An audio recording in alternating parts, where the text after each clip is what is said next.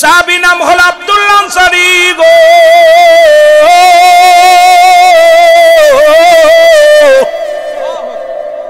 আনসারী রাসূলুল্লাহর ওয়াজ শুনে যেতে যেতে একটু রাত হয়ে গেল গভীর। আনসারী বাড়ি গেলেন, সালাম দেয় বিবি, আসসালামু আলাইকুম বিবি। ওয়ালাইকুম আসসালাম প্রাণের স্বামী। আনসারী বলে, বিবি রে, ও বিবি তুমি কেমন আছো? বলে ভালো। যখনই দেখা হয় সুন্দর সালাম বিনি হয়, ভালোবাসা পয়দা হয়।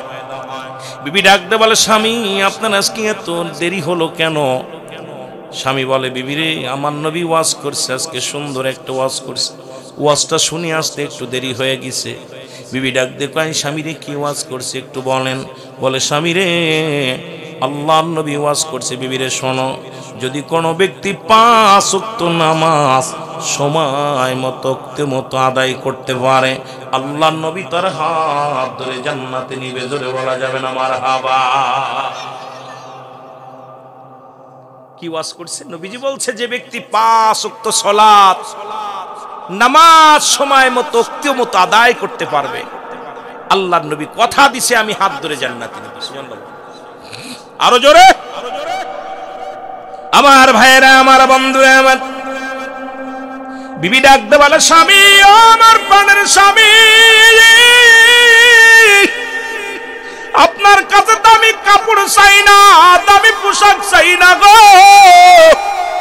বাড়ি চাই না, সম্পদ চাই না, আপনি একটু সুযোগ করে দিবেন আমারে, আমিও যেন 5 ওয়াক্ত সালাত আদায় করতে পারি, আমিও যেন আপনার সঙ্গে রাসূলুল্লাহর সঙ্গে জান্নাতে যেতে পারি। আর আমার বউ, আপনার বউ কি কয়, দামি কাপড় লাগবে, পোশাক লাগবে, স্বর্ণ লাগবে, সুটা লাগবে, পাউডার লাগবে, লিপস্টিক লাগবে।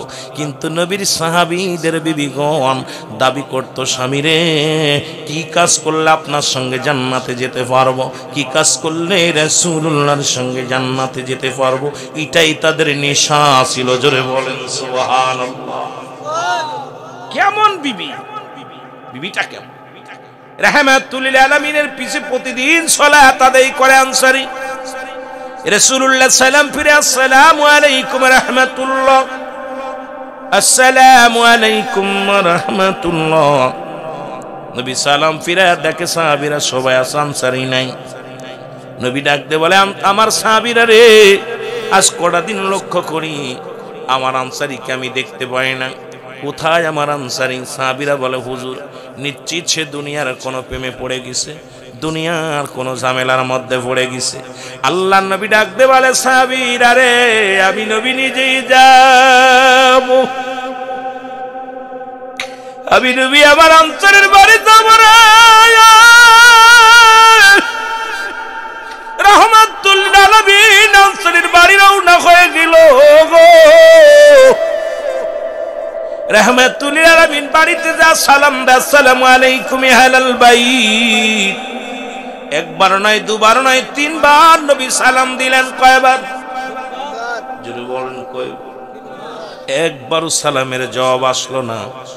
রাসূলুল্লাহ মনের ভিতরে একটু কষ্ট পায় বাড়ির দিকে ফিরে গেলেন। আনসারী পিছন থেকে দৌড়ায়া রাসূলুল্লাহর পাশে যায় বলে, ওয়ালাইকুম আসসালাম ইয়া রাসূলুল্লাহ, ওয়ালাইকুম আসসালাম ইয়া হাবিবাল্লাহ, ওয়ালাইকুম আসসালাম ইয়া রাহমাতাল লিল আলামিন। মদিনা যাইতে পারলাম না, মদিনা দেখতে পারলাম না, বলো মদিনা যাইতে পারলাম না, মদিনা। বাবা গজল গাওয়ার সময় নাই, অনেক আলোচনা, দ্রুত, কারণ কবর হাসরের দিকে চলে যাব, অনেক আলোচনা রয়েছে। এই জন্য আপনাদেরকে যেহেতু রাত হয়ে গেছে, মাঝে মাঝে একটু 2-1টা ছন্দ কইব, যা একেবারে না দিলে নয়।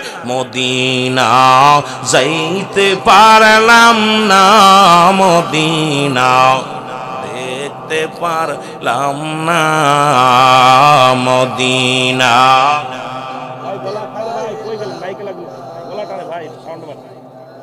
দেখতে পার আমি অসহায়, তাই এত দূরে রয়ে, বলো অসহায় তাই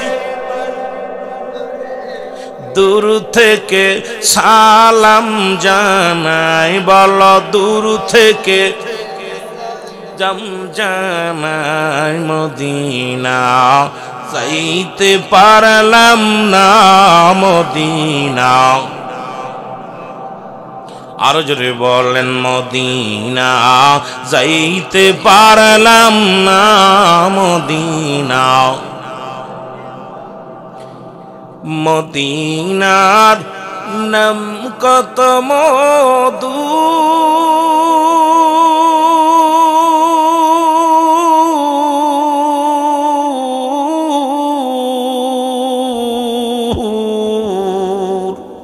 মদিনা আর যে কত দূর,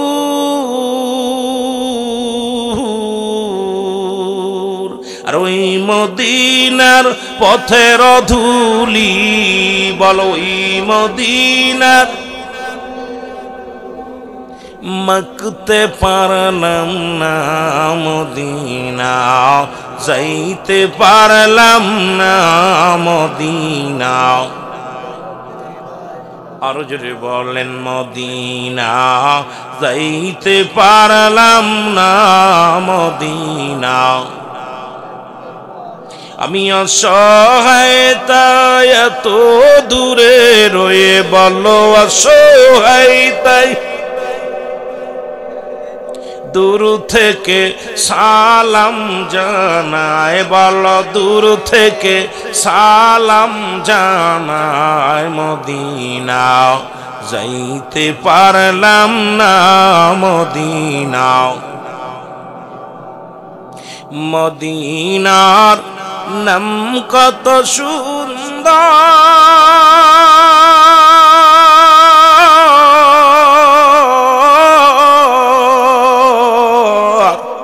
মদিনা কেরে সে অন্তর।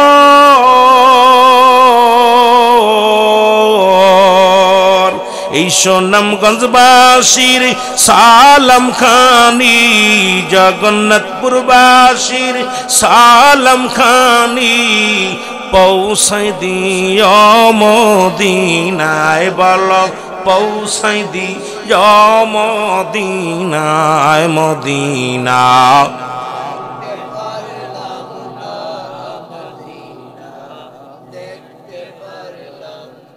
বাইরে মদিনা যারা গেছে ফিরতি মন চায় না, ডানে বামে তাকাইলে শুধু মন চায় তাকায় থাকতে।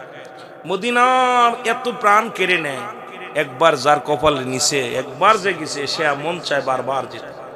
আপনি যেদিকে তাকাবেন মন কেড়ে নিবে, প্রাণ কেড়ে নিবে। রাসূলের আগমনে মদিনা এত সুসজ্জিত হয়েছিল, জান্নাতি, মনে হয় তাকাইলে খালি মন চায় সেদিকেই তাকায় থাকে। জোরে বলা যাবে না মারহাবা? আর একটু জোরে বলেন মারহাবা। এই দুনিয়ার মুসলমান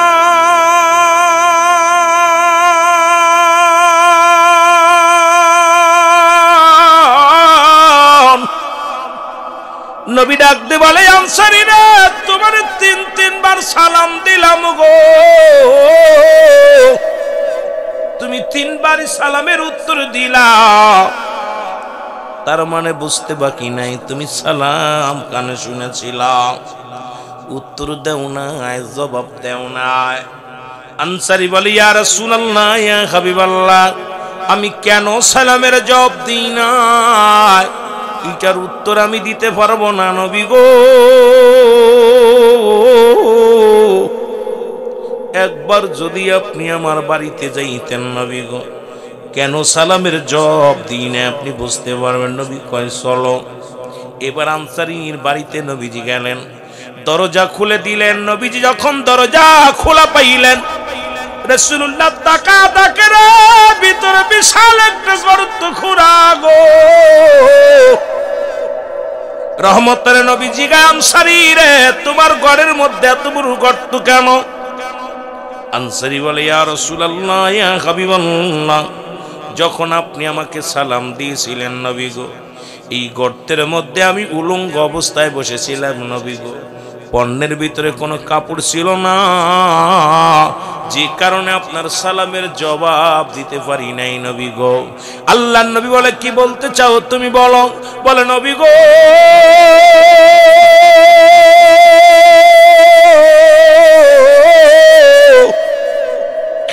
আমরা স্বামী স্ত্রী মিলে মাত্র একখানা কাপড়। নবী গো যেদিন আপনি ওয়াজ করলেন যে ব্যক্তি 5 ওয়াক্ত নামাজ জামাতের সাথে বা সময় মতো আদায় করতে পারবে, নবী গো আপনি জান্নাতে নিবেন হাত ধরিয়া নবী গো। তখন আমি এই ওয়াজটা বাড়ি এসে কই, আমার বিবি ডাকতে কয়, স্বামীরে আমাকে একটু সুযোগ দিবা, আমিও যেন সময় মতো নামাজটা আদায় করতে পারি।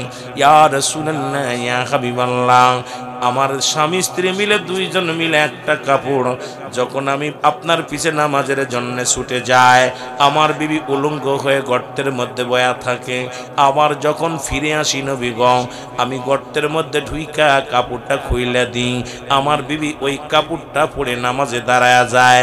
আপনি যখন সালাম দিয়েছিলেন নবী গো, আমার পণ্যের ভিতরে কোনো কাপড় ছিল না, আমার বিবি নামাজের মধ্যে ছিল, এই কারণে আমি সালামের জবাব নিতে পারি নাই। আল্লাহর নবী বলে, আনসারী রে তুমি কি শুনাইলা? আনসারী রে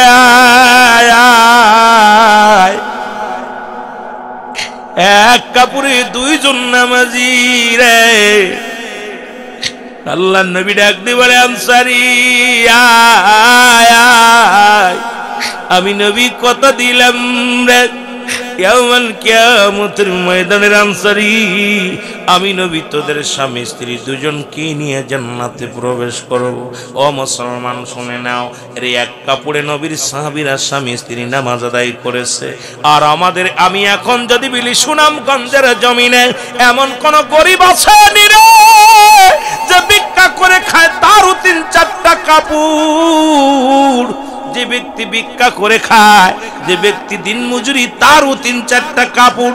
এরপরও যদি নামাজ না পড়ে, আল্লাহর কসম আল্লাহর দরবারে কি জবাব দিবি? জবাব দেওয়ার মতো সম্ভব নয়, জবাব দেওয়ার মতো ভাষা খুঁজে পাবি না। কারণ আনসারী যদি এক কাপড়ে স্বামী স্ত্রী নামাজ আদায় করতে পারে, আমরা কেন এত কাপড় থাকতে নামাজ ছেড়ে দিই? আল্লাহর আদালতে ধরা পড়তে হবে। এই জন্য আমি আপনাদের কাছে দাবি করে যাই, নামাজ নামাজ নামাজ। রাসূলুল্লাহ নামাজের জন্য মেহনত করেছে, সাহাবী کرام করেছে, মুসলমান আল্লাহর ওলিগণ নামাজের জন্য মেহনত করেছে। এখনো কামেল মুকাম্মেল আউলিয়াগণ তারাও এখনো নামাজের জন্য মেহনত করে। যারা বাংলাদেশের হক্কানি আলেম উলামা তারাও নামাজের জন্য মেহনত করে। এই জন্য আমিও আপনাদেরকে বলে যাই, শুধু মাহফিল দিলে চলবে না, নামাজি বাড়াইতে হবে। মসজিদে মুসল্লি পাওয়া যায় না, ওয়াজের ময়দানে হাজার জনতা হয়। আমি কি এত জনতার দরকার নাই? মসজিদটা আগে বড়, মসজিদটা আগে বড়। 5 ওয়াক্ত নামাজের যত্ন নাও ও যুবক। তোমরা যখন নামাজি হয়ে যাবা, সমাজ থেকে দুর্নীতি দূর হয়ে যাবে। যুবক তোমরা যখন নামাজি হয়ে যাবা, সমাজ থেকে মুসলমান যৌতুক বিদায় নিয়ে যাবে। ও যুবক তোমরা যখন নামাজি হয়ে যাবা, সমাজ থেকে ঘুষ উঠে যাবে। যুবকরা যখন তোমরা নামাজি হয়ে যাবা, সমাজ থেকে জিনা ব্যভিচার বন্ধ হয়ে যাবে। যুবকরা যখন তুমি নামাজি হয়ে যাবা, সমাজ থেকে মুসলমান সুদ ঘুষ সব উঠে যাবে। যুবকরা যখন তুমি নামাজি হয়ে যাবা, সমাজ থেকে অন্যায় দূর হয়ে যাবে। ও যুবক যখন তোমরা নামাজি হয়ে যাবা, সমাজ থেকে দুর্নীতি সব দূর হয়ে যাবে। যুবকরা যখন তুমি নামাজি হয়ে যাবা, তোমার সমাজের মধ্যে থেকে সমস্ত বাহাপানা বন্ধ হয়ে যাবে। এই জন্য আমাদের আগে মসজিদটাকে আঁকড়ে ধরতে হবে। আজকের যুবকগুলো নামাজের জন্য মসজিদ আঁকড়ে ধরতে হবে। বাড়ির মধ্যে মেয়ে ছেলেদের নামাজি বানাইতে হবে, সন্তানদের নামাজি বানাইতে হবে। সমস্ত খারাপ কাজ থেকে বাঁচাই নামাজ। ওই নামাজ কোন নামাজ? লা কখন ইল্লা ব্যতীত, হুজুর মানে হাজির নাজির, কল মানে আত্মা, সালাত মানে নামাজ। যে নামাজের মধ্যে আল্লাহকে ঢুকাইয়া আল্লাহকে হাজির নাজির করে যে নামাজ পড়তে পারবা, এই নামাজই সমস্ত দুনিয়ার জল্পনা কল্পনা থেকে ফিরাইতে পারে। আজকে নামাজের মধ্যে গরু চোরের কথা মনে পড়ে, নামাজের মধ্যে স্যান্ডেল চুরির কথা মনে পড়ে, নামাজের ভিতরে দুনিয়ার কথা মনে পড়ে, নামাজের ভিতরে যাইয়া ব্যবসা ব্যবসা বাণিজ্যের কথা মনে পড়ে। এই জন্য নবী বলে লা কখন ইল্লা ব্যতীত হুজুর মানে হাজির নাজির, কল মানে আত্মা, সালাত মানে নামাজ। ও মুসলমান শোনো, লা সালাতা ইল্লা বি হুজুরিল কলব, নামাজ হবে না হুজুরির দিল ব্যতীত। যখন আপনি দুনিয়া থেকে দিলকে ঘুরাইয়া একাকার করিয়া যদি নামাজটা পড়তে পারেন, একাকার করিয়া যদি আল্লাহকে সিজদা মারতে পারেন, এই নামাজই পারবে দুর্নীতি দূর করতে, এই নামাজই পারবে সমাজকে বাঁচাইতে। আজকে নামাজি বাড়ছে, ঘুষখোর বাড়ছে, কপালে দাগ পড়ে গেছে, মিথ্যা মামলার সাক্ষী দেয়, নামাজ পড়িয়া পরের ফসল খাওয়ায়, নামাজও পড়ে অন্যায় করে, নামাজ পড়ে বুড়ো এখন নাতিরে বিয়ে করতে চায়। তার মানে হুজুরের দিলে নামাজ নাই, নামাজ হচ্ছে নিজের দিলে। জোরে জোরে বলেন ঠিক কিনা?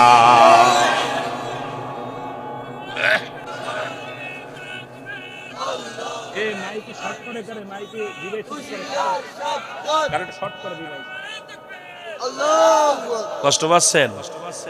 নামাজ আপনার হচ্ছে, আপনি বুঝতে পারেন আপনার দ্বারা গীবাত করা সম্ভব নয়, আপনার দ্বারা দুর্নীতি করা সম্ভব নয়, জীবন চলে যাবে, কোনো অপরাধ করতে পারবেন না। কিন্তু নামাজ কপাল ছুলে ফেলছি, কপাল এত বড় দাগ বানায় ফেলেছি, কিন্তু এখনো দুর্নীতির মধ্যে জড়িত আছে। তার মানে লোক দেখানো নামাজ। যেটা বলেন ঠিক কিনা? বড় কষ্ট হয়। নামাজের ভিতরে দুনিয়ার জল্পনা কল্পনা ঢুকে গেছে, ওই নামাজে আপনাকে ফিরাইতে পারবে না। শুধু শুধু কষ্ট করতেছে, শুধু শুধু সিজদা মারতেছে। এই জন্য নামাজ যে গাছে ফল ধরে গাছটা নুয়ে যায়। নামাজ যখন কবুল হয়ে যাবে, আপনার দ্বারাই দুনিয়ার আয়সা কথা, বাজে কথা, চলা চলতি, উঠা বসা সব পরিবর্তন। বুড়া হয়ে গেছে, এখনো হাত ধরে কায় নাতিরে কাটে ছোট বউ, কত বড় বিয়াদব, কত বড় গুনাহ করলো, এখনো মনের খায়াজ মেটে নাই, শয়তানের সুসাইড করেছে। এদের চরিত্র কবে পরিবর্তন হবে? জোরে বলেন ঠিক কিনা? আরো জোরে বলেন ঠিক কিনা? কষ্ট হয় আপনাদের? কষ্ট হয়? রাসূলুল্লাহ সাহাবীরা যদি এক কাপড়ে নামাজ আদায় করতে পারে, আমরা সেই নামাজের প্রতি যত্ন নাই। আল্লাহর কসম করে বলি, আগে থেকে ওয়াজ শুনেছি, আমি ছোটবেলা ওয়াজ শুনেছি, এক সপ্তাহ এক মাস দিলের ভিতরে ওয়াজটা লাগছে ঠাস ঠাস করে। আর এখন ওয়াজে গেলে হুজুরের গানগুলো খালি মনে পড়ে। আহা, কত সুন্দর গান গাইছে, জরিনার গান, বেদের মেয়ের গান, আর কত পল্লী গীতি, এত গান গান আর গান। তোর সিনেমার গান গাইতে হবে নকল করে, কোন ভাষা এগুলো? মানুষের কালচার, চরিত্র। আমি সুন্নি আলেমদেরকে বলবো, এত সুন্দর সুন্দর নাত আছে, হামত আছে, এত সুন্দর প্রাণ জোড়ানো কবিতা আছে, যেগুলো জামাত ছেলেরা, আমার পরিচালক দুইটা আবৃত্তি করলো, আর একটা ভাই গাইলো। এগুলো গাও। কোথায় ওই কোন জরিনা গাইছে সেই জরিনা? তোরা কি চিত্র জগৎ নিয়ে পড়ে থাকিস? আর এইটার জন্য এখন ওই বাতিলটা সুযোগ পেয়েছে, সুন্নিরা খালি গান আর গান, গান আর গান গায়। কি একটা বিপদে যে আসি, যেটা বলেন ঠিক কিনা? এগুলো খুব কষ্ট হয়। তবে সিলেটের জমিন এগুলো চলবে না। সিলেটের জমিন, এই জমিন অসংখ্য অলির দেশ। এ দেশে আসলে ওয়াজ করলে একটু দয়া করে হিসাব করে করেন, যেটা বলেন ঠিক কিনা? ঠিক কিনা?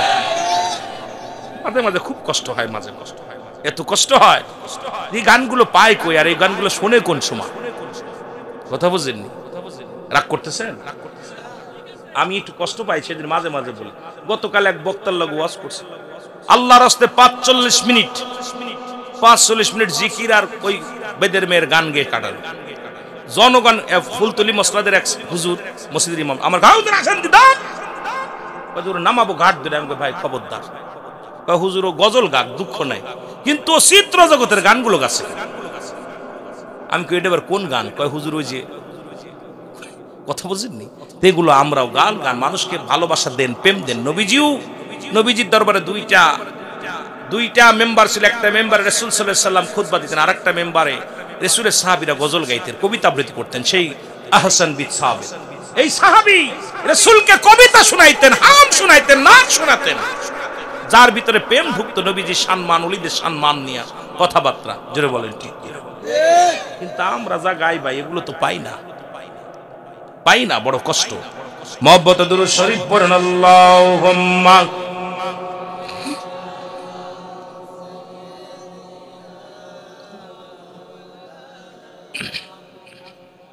ওয়ালা আলী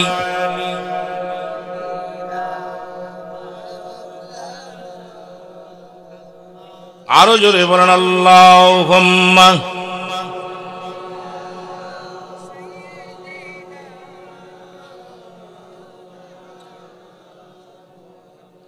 এ দুনিয়ার মুসলমান,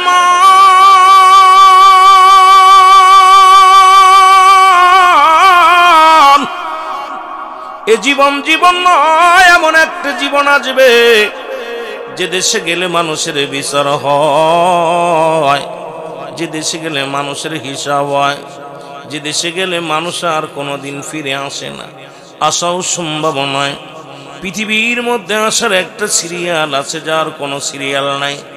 দেখা যায় দুনিয়ার মধ্যে বাবা জিন্দা, সন্তান নাই, সন্তান জিন্দা বাবা নাই, দাদা জিন্দা নাতি নাই, নাতি জিন্দা দাদা নাই। সন্তানের লাশ বাবার কাঁধে গো,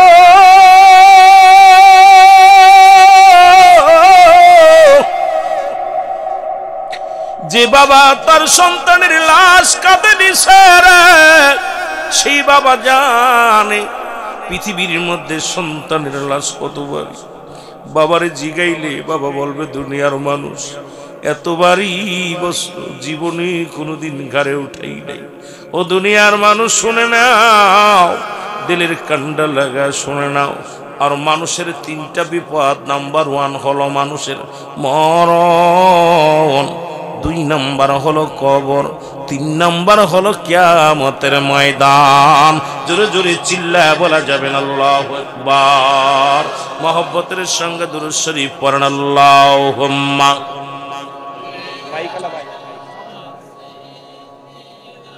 আরেকটু বাড়ান,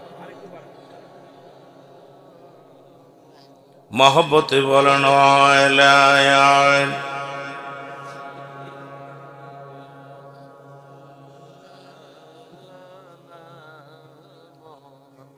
এ দুনিয়ার মুসলমান গভীর মনোযোগ। বলতেছিলাম মানুষের আসার সিরিয়াল আছে, যার কোনো সিরিয়াল নাই।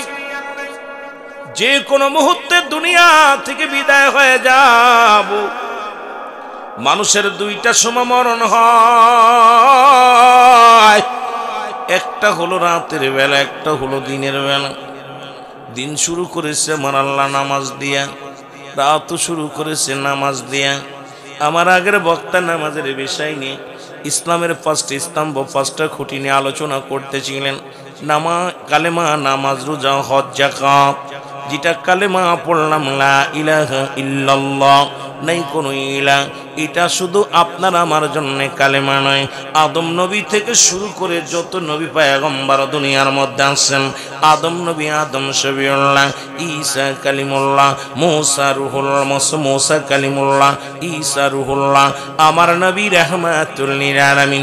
সমস্ত নবীর বেলায় একই কালেমা লা ইলাহা ইল্লাল্লাহ, নাই কোনো ইলাহ আল্লাহ ছাড়া। আদম শফিউল্লাহ, আদম হলো নবীর উম্মাহ, নবীর উম্মত, নবীর আল্লাহর পয়গম্বর। আর আখির নবী রাহমাতুল লিল আলামিন, উনি বলেছে আমি আল্লাহর পয়গম্বর, রাহমাতুল লিল আলামিন। জোরে জোরে চিল্লায় বলা যাবে না মারহাবা। এই দুনিয়ার মুসলমান শোনে না, বলতেছিলাম মানুষের 2টা টাইমে মরণ হয় গো।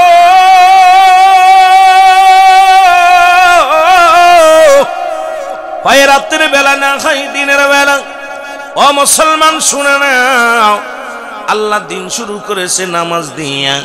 ওরে মুসলমান, কেমন মুসলমান আজকে নামাজের ওয়াজ করা লাগে মুসলমানের কাছে দুঃখ লাগে, বড় কষ্ট লাগে রে মুসলমান।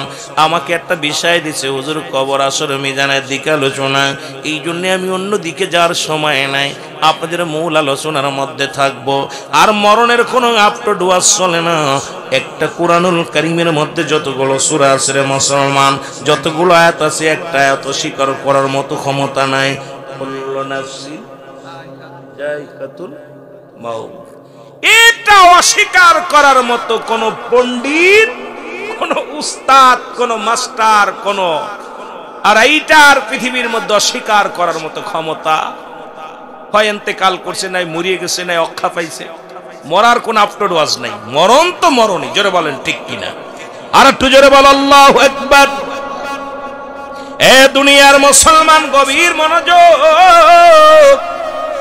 আল্লাহ রাত শুরু করেছে নামাজ দিয়া, দিন শুরু করেছে নামাজ দিয়া।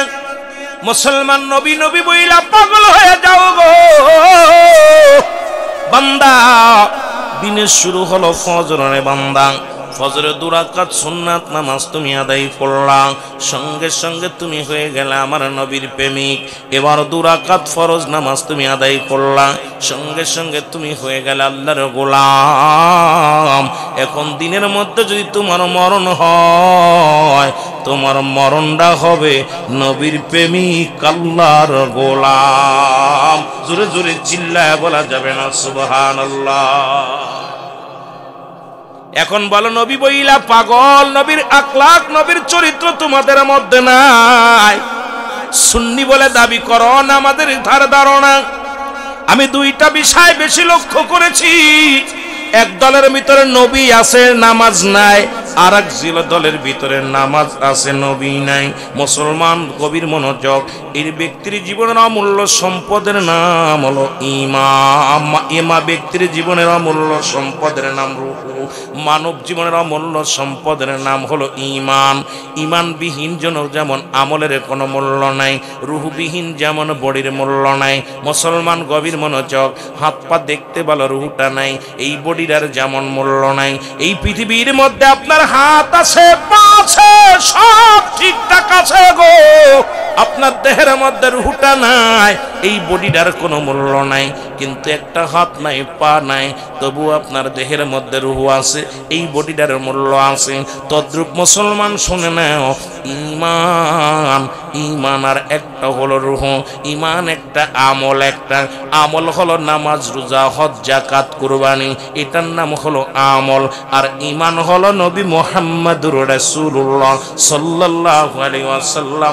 জোরে জোরে চিল্লায় বলা যাবে না সুবহানাল্লাহ। ওরে ঈমান আমল আমার নবী মুস্তাফায়ে গো, বলেন ঈমান আমল আমার নবী মুস্তাফা। মাইকি কেন কান করে, মাইকি টোন ঠিক করতে হবে। যাকার নামে পড়ে থাকি, তবুও না ভয় করি, ইশকে মুহাম্মাদের মালা যদি গলে রয় গো। ঈমান আমল আমার নবী মুস্তাফায়ে গো। 2টা জিনিসই আমার নবী। ঈমান যদি মজবুত হয়, আমলটা ঠিক হইব। আমার ভাইয়েরা, আমার বন্ধুরা, আমার এই জন্য বলতেছিলাম, ব্যক্তির জীবনের অমূল্য সম্পদের নাম রূহ গো। আর মানব জীবনের অমূল্য সম্পদের নাম ঈমান। ঈমানবিহীন কোন আমলের মূল্য নাই। ও সুন্নি ভাইয়েরা, তোমাদের ভিতরে ঈমান ঢুকছে, এখন আমলের খুব অভাব। একটু যদি আমল করতে পারো, একটু যদি আমল করতে পারো, রব্বে কারিম খুশি হইয়া আল্লাহর জান্নাত গুলো তোমার আমারে দান করবো। জোরে বলেন সুবহানাল্লাহ। একটু জোরে জোরে বলা যাবে না? আমার ভাষা বুঝতে কষ্ট হয়, কথা বলেন না তো। আমি আঞ্চলিক ভাষায় না, একবারে আমি বইয়ের সাধু ভাষায় কথা বলতেছি। এরপরও যদি না বোঝেন, আমি মনে করি আমার ব্যর্থতা। আমার ভাইয়েরা, আমার বন্ধুরা, আমার এই জন্য মুসলমান আমি বলতেছিলাম যে কথাগুলো শোনো। এ বান্দা, তোমার দিনের বেলা মরণ হয় না, রাতের বেলা মরণ হবে, এর মধ্যে কোনো সন্দেহ নাই। রাতের শুরু হলো মাগরিব। এখন যদি বলি বাবা কজন মানুষ নামাজ পড়েছে, আল্লাহর রাস্তায় 40% উঠবে না আমার বিশ্বাস। হয়তো 30% বা 25% মানুষ নামাজে উঠব। কারণ জোহর, আসর, মাগরিব, ফজর যেগুলো নামাজ চলে গেছে আপনার জীবন থেকে। যদি এখন বলি দাদু ভাই, ওয়াজ শোনা নফল বন্দেগি, নামাজ ছিল ফরজ। এখন অনেকেই রুহুল আমিনের দাওয়াত দিব না, এরই অন্য বক্তার আনতে হবে। নামাজ যে ব্যক্তি ওয়াজ দাওয়াত না দেয়, মুসলমান শুনে নাও, শুনে নাও, শুনে নাও, নামাজ একমাত্র কাফের এবং মুসলমানদের মধ্যে পার্থক্য হলো না নামাজ। মুসলমান নামাজ ধরে, কাফেরের নামাজ ছাড়ে। এখন আপনি আমি যদি নামাজ ছেড়ে দিই, তাদের আর আমার মধ্যে পার্থক্য কি আমার বুঝি আসে না। ওরে কাফের বেঈমান নামাজ ছেড়ে দেয়, মুসলমানরা নামাজ ধরে। আজকে মুসলমানের সন্তান হয়ে নামাজের খোঁজ নাই, শরীয়তের বিধান নাই, হাকিকতের বিধান নাই, মারিফাতের বিধান নাই। মুখে মুখে মুসলমান, এ কেমন মুসলমান বুঝি আসে না। জোরে জোরে চিল্লায় বলা যাবে না, ঠিক কিনা? এর দুনিয়ার মুসলমান শুনে নাও গো,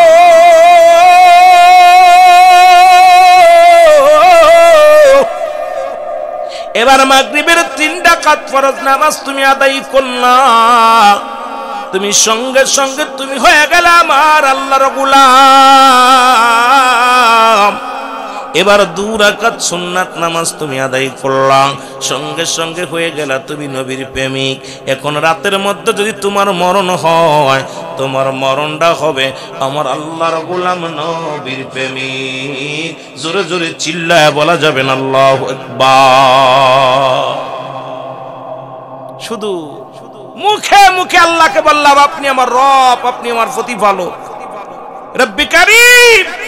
স্বীকার করছি লা ইলাহা নাই, কোনো ইলা ইল্লাল্লাহু এক আল্লাহ ছাড়া, মুহাম্মাদুর রাসূলুল্লাহ সাল্লাল্লাহু আলাইহি ওয়াসাল্লাম আল্লাহ পাকের প্রেরিত রাসূল বা বান্দা। স্বীকার করেছি, কিন্তু আল্লাহর গোলামিও করলাম না, নবীর প্রেমের কাজও করলাম না। এমন মুসলমানের কি দাম আছে ভাই? এমন মুসলমান মুনাফিক মুসলমান আমি মনে করি। এ দুনিয়ার মুসলমান শোনো না, সুতরাং আমি আপনাদের অনুরোধ করে যাই, নামাজের প্রতি গুরুত্ব দেওয়ার দরকার আছে কি না?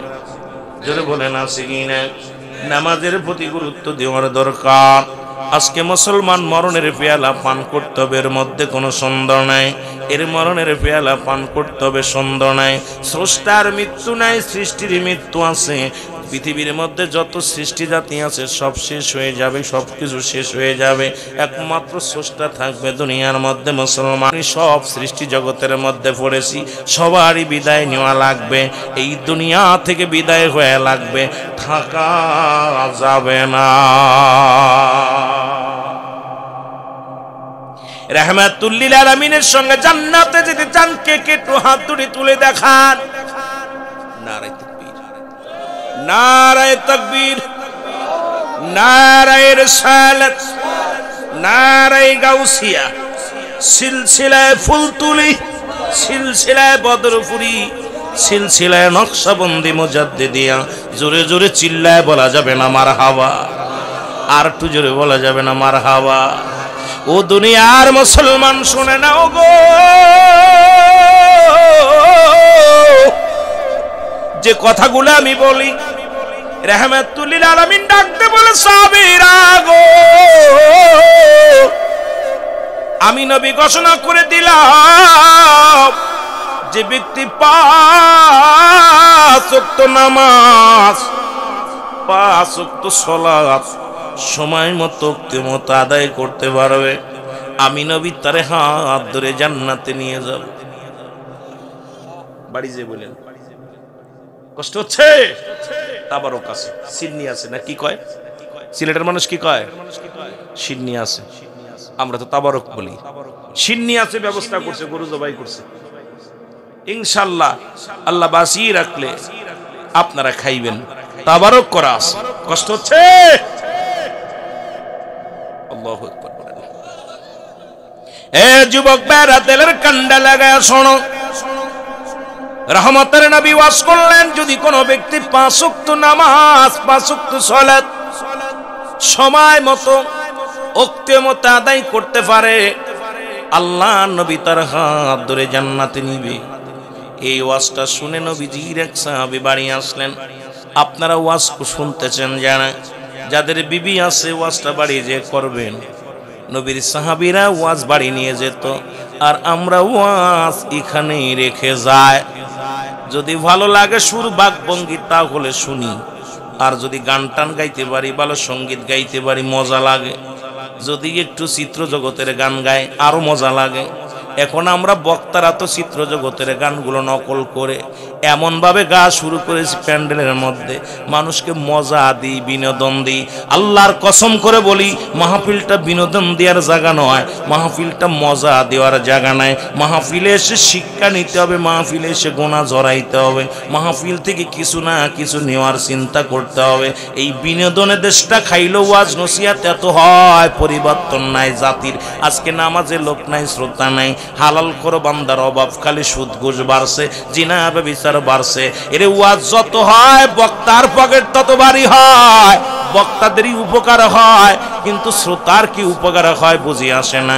এই ঠান্ডা রাতের মধ্যে বইয়া বইয়া আলোচনা শোনেন, নাড়ার মধ্যে বইয়া এই কষ্টের একটা ফজিলাত, কষ্টের একটা হাকিকত আছে, সেটা আল্লামা মুসলমান শুনে নাও কুতুবী রাহমাতুল্লাহ বয়ান করে, বান্দা যখন রিয়াজুল জান্নাহ বেহেশতের বাগানের দিকে রওনা হয়ে যায় গো,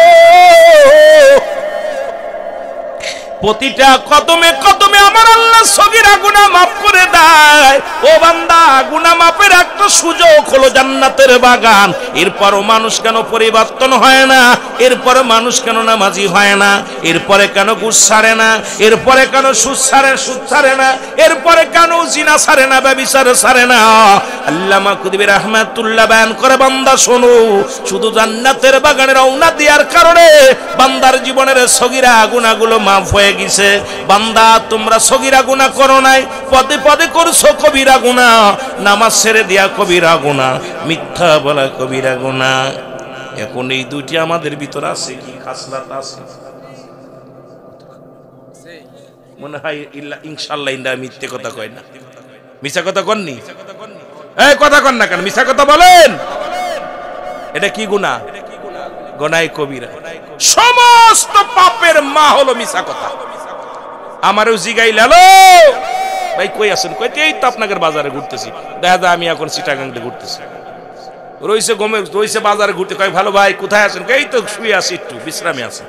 এখন মিথ্যা কথার একটা মেশিন বাইর হইছে, সবচেয়ে ঘরের মধ্যে থাইকে বউরে কইতেছে স্বামীতি ফোন দিয়ে, কই আছো? আমি তো ঘরের মধ্যে বসে, দেখা যায় পাড়া দিয়ে ঘুরতেছে। কথা কয় না কেন? পাশের বাড়িতে ঘুরতেছে, জিগাইছে তুমি কই? এই যে তোমার বাচ্চা সামাল দিচ্ছি, কিন্তু অথচ দেখা যাচ্ছে টিভি দেখতেছে না, মোবাইল দেখতেছে। জোরে বলেন ঠিক কিনা? অবস্থা খুব একটা মিথ্যার একটা বিশাল মেশিন বাইর হইছে, যা চোখের পলকে মিথ্যা কথা।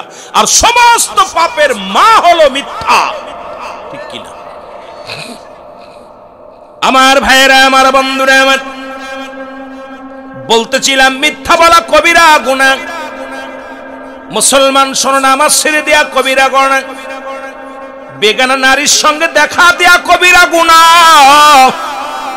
এখন যদি এই ওয়াজ করি, বাংলাদেশের 90% বক্তাদের পেটে ভাত থাকবে না, ইমামতি চলে যাবে, ওরে মাস্টারিগিরি চলে যাবে। বেগানা নারী নিয়ে একই অফিসে বইয়া চা বিস্কুট পান করো আর ফতুয়া দাও, ফতুয়া চলবে না। জোরে বলেন ঠিক কিনা? এখন যদি ওয়াজ করি আমি, রুহুল আমিন সিদ্দিকী, বাংলাদেশের অনেক মুফাসসির, অনেক মুফতি মুহাদ্দিস, তাদের ওয়াজ বন্ধ হয়ে যাবে। বেগানা নারীর সঙ্গে চাকরি করে, বেগানা নারীর সঙ্গে একই টেবিলে বসে, আবার বড় বড় ফতুয়া দাও। কোন ফতুয়া পাইলা? কোন জায়গা পাইলা? শরীয়তের বিধান অনুযায়ী হারামকে যে ব্যক্তি হালাল কয় কাফের, হালালকে হারাম বলার সঙ্গে সঙ্গে সে কাফের। হারাম কেউ হালাল বলা যাবে না, হালাল কেউ হারাম বলা যাবে না। ও যুবক শুনে নাও, বেগানা পুরুষের চেহারা দেখাও হারাম। হয়তো আপনাদের গ্রামের মহিলারা পুরুষের দেখে না, পুরুষেরাও মহিলারা দেখে না। যাদের বিয়ে করা হারাম তাদের সঙ্গে দেখা করা জায়েজ, যাদের বিয়ে করা জায়েজ তাদের সঙ্গে দেখা করা হারাম। এখন খালাতো ভাই, মামাতো ভাই, ফুফুতো ভাই, জ্যাঠাতো ভাই, আজকে সমাজ খাইলো, দেশটা জাতি সব শেষ হয়ে গেল। আজকে আমার সমাজ জাতি সব শেষ হয়ে যায়। এই ওয়াজ করলে হয়তো অনেকের কষ্ট লাগবে, কলি যায়। আরে মুসলমান লাগলেও কিছু আসে যায় না। এই 600-700 কিলোমিটার দূর থেকে বক্তা আনছেন। আমি আপনাদের এই তেল মেরে ওয়াজ করার অভ্যাস আমার নাই, তেল দিয়ে ওয়াজ করার অভ্যাস জীবনে করি নাই। কড়া কথা চলবে, জবান দিয়ে সত্য কথা বাইর হবে। কার ভালো লাগলো কার লাগলো না কিচ্ছু যায় আসে না। আল্লাহর আদালতে ধরা পড়তে হবে, মরণের পেয়ালা পান করতে হবে। ওয়াজের ময়দান বিনোদন নয়, গুনাহ মাফের জায়গা। জোরে জোরে বলেন ঠিক কিনা? তেল মেরে ওয়াজ রুহুল বকর সিদ্দিকী জীবনে করে নাই। কারণ হলো জামানা, এই যে আজকে এই জামানা বদলে গেছে, মানুষ সব ঠিকই আছে, জামানা পাল্টে গেছে। পাল্টে না তো জামানা, জোরে বলেন ঠিক কিনা? সব পাল্টে গেছে। আমার ভাইরা, আমার বন্ধুরা, আমার এই গুনাহ মাফের জন্য একটা জায়গা আছে গো। আল্লামা কুতুবী রাহমাতুল্লাহ বয়ান করে, দুনিয়ার মানুষ শোনো, আসমান থেকে জমিন পর্যন্ত গুনাহ করেছ, এই গুনাহগুলো মাফের দরকার একটা অপূর্ব সুযোগ। যদি কোনো বান্দা পৃথিবীর মধ্যে রিয়াজুল জান্নাহ বেহেশতের বাগান শুনতে পায়, ওই জান্নাতের বাগান খানা আঁকড়ে ধরবে, আঁকড়ে ধরে দু চোখের পানিগুলো ছেড়ে দিবে, আল্লাহ আমি পাপী, আমি গুনাহগার, আল্লাহ কবরের ভয়ে, জাহান্নামের ভয়ে, মরণের ভয়ে যে বান্দা চোখের পানি ছেড়ে আল্লাহ বলে ডাক দেয়, আমার আল্লাহ রব্বুল আলামিন বান্দার জীবনের দরিয়া দরিয়া গুনাহগুলো মাফ করে দেয়। ধরে বলেন সুবহানাল্লাহ। এত সুন্দর একটা সুযোগ পাইলেন, তারপরে সুবহানাল্লাহ বললেন বাড়ি নিয়ে, একদম এত দুর্বল। এ ভাই, বুঝেন নাই কথা? এত গুনাহ করেছেন, আসমান থেকে জমিন পর্যন্ত যত গুনাহ করেছেন, এই গুনাহ মাপের একটা সুযোগ আল্লামা কুতুবী রাহমাতুল্লাহ বয়ান করে, বান্দা শোনো, জীবন ভরে যত গুনাহ করেছো, গুনাহর কথা মনে করে বান্দা যখন রিয়াজুল জান্নাহ বেহেশতের বাগান এই মাহফিলে এসে কবরের ভয়ে, জাহান্নামের ভয়ে তওবা করে টাস করে চোখ দিয়ে পানি ছেড়ে দেয়, আল্লাহ আমার জীবনের শেষ মাহফিল, আর আগামীকাল বসতে পারবো না, আল্লাহ বছরের শেষ মাহফিল, তুমি আমাকে ক্ষমা করে দাও, আমার আল্লাহ রব্বুল আলামিন বান্দার জীবনের সব গুনাহ মাফ করে দেয়। আরো জোরে বলেন না? তাহলে মাহফিল আসলে লাভ না লস? কিন্তু আয়েশা মাহফিল অলি গলিতে হচ্ছে, কেন পরিবর্তন হচ্ছে না? কারণ সত্য কথা বললেই দোষ। আগের যুগের মানুষ মিথ্যা বলতো না, পাপ হতো। এখনকার উলামা একরাম সত্য বলে না, বিপদ হবে, দাওয়াত কমে যাবে। জোরে বলেন ঠিক কিনা? কারণ দাওয়াত কমে যাবে, বিপদ হবে। শুধু উলামা একরাম নাই, সবাই সত্য কথা বলতে পারে না। ইমাম সাহেব মসজিদের তেল মেরে ওয়াজ না করলে ইমামতি থাকে না, কারণ ইমামতির দরকার নাই, ছেড়ে দাও ইমামতি। কারণ তবু কারো তেল মারার দরকার নাই, কারণ কবরে যেতে হবে, আপনার কবরে আমি যাব না, আমার কবরে আপনি যাবেন না, একটু হিসাব দিতে হবে আল্লাহর দরবারে। এই জন্য দুনিয়ার মধ্যে হক পথে থাকা লাগবে, ইমানি জজবা অন্তরের ভিতরে ঢুকাইতে হবে, আল্লাহর দ্বীনের পথে চলতে হবে। মুসলমান মরণ আসবেই আসবে, সন্দেহ নাই এর মধ্যে। জোরে বলেন ঠিক? গুনাহ মাফের একটা সুযোগ দিয়ে দিল। আমি বলি নাই শুধু বাড়ি থেকে রওনা দিছেন সগীরা গুনাহ মাফ, যারা হেঁটে হেঁটে আসছেন না, শুধু মাহফিলে আসছেন, প্রতিটা কদমে কদমে আল্লাহ সগীরা গুনাহ মাফ করে দিছে। এরপরে এখানে এসে কবিরা গুনাহ মাফ। তাহলে জান্নাতের বাগানে এসে যদি মাসুম হয়ে গেলেন, মাসুম হয়ে গেলেন, মার পেট থেকে, আমি এই জন্য তওবা করে নিচে, আগে মার পেট থেকে ভূমিষ্ঠ হয়েছেন, এখান থেকে যখন যাবেন আগামী কাল, আপনারা আজকে রাত আপনি মাসুম হয়ে গেলেন, নিষ্পাপ হয়ে গেলেন, আগামী কাল থেকে আল্লাহর কাছে কানবেন, আল্লাহ গো আমি তো গুনাহ মাফের একটা সুযোগ পেয়েছিলাম, আমাকে তুমি নাজাত দাও, আমার আল্লাহ জান্নাত দিবে। জোরে বলেন সুবহানাল্লাহ। কিন্তু ওয়াজ এসে ভয় ঢোকে। ওয়াজের ময়দান যদি একটু ভয়ের ওয়াজ কোনো বক্তা করে, ওই বক্তার আর শেষ। কি যে অবস্থা হয়েছে ওয়াজের ময়দান। আমার ভাইয়েরা, আমার বন্ধুরা, আমার গভীর মনোযোগ। রাসূল বললেন, তোমরা কি আমার সনে জান্নাতে যেতে চাও? মনে আসেনি? কথা কয় না কেন? নবীজি বললেন, সাহাবীরা বললেন, আমরা জান্নাতে যেতে চাই। নবী, এ দুনিয়ার মুসলমান,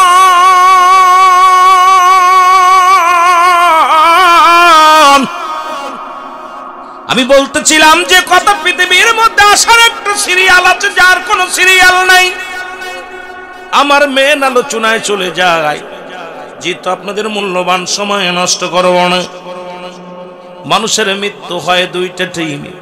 মরণের কথা বলতে গেলে আল্লামা মুফতি আমজাদ আলী সাহেব একটা কিতাব লিখলেন, কিতাবের নাম বারে শরিয়াত। এই কিতাবের মধ্যে লিখতে যা বললেন, দুনিয়ার মানুষ শোনো, মানুষ যখন সাধারণ মৃত্যুবরণ করে, 70টা তাজা উটের গায়ের চামড়া জবাই না করি না, উল্টো দিকে টান দিয়া লবণার মরিচ লাগা দিলে যতটুকু যন্ত্রণা হয়,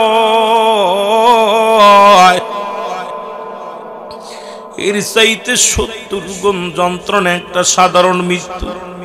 ও যুবক বাবারা শুনে নাও, এর এই মরণের পেয়ালা পান করতে হবে গো।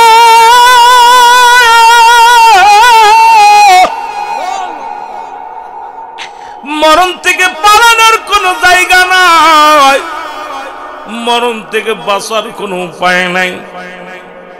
ওরে বাবা, দিলের কান্ডা লাগা শুনে নাও।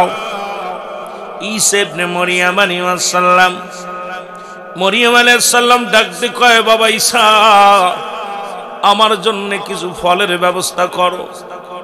ফল আনতে গেছে, এমন সময় আজরাইল আলাইহিস সালাম হাজির হয়ে গেছে। আজরাইল সালাম দা, আসসালামু আলাইকুম মরিয়ম। মরিয়ম ওয়ালাইকুম আসসালাম। কে তুমি? তোমারে তো চিনলাম না। এরিম আজরাইল ডাকতে বলে, মরিয়ম রে,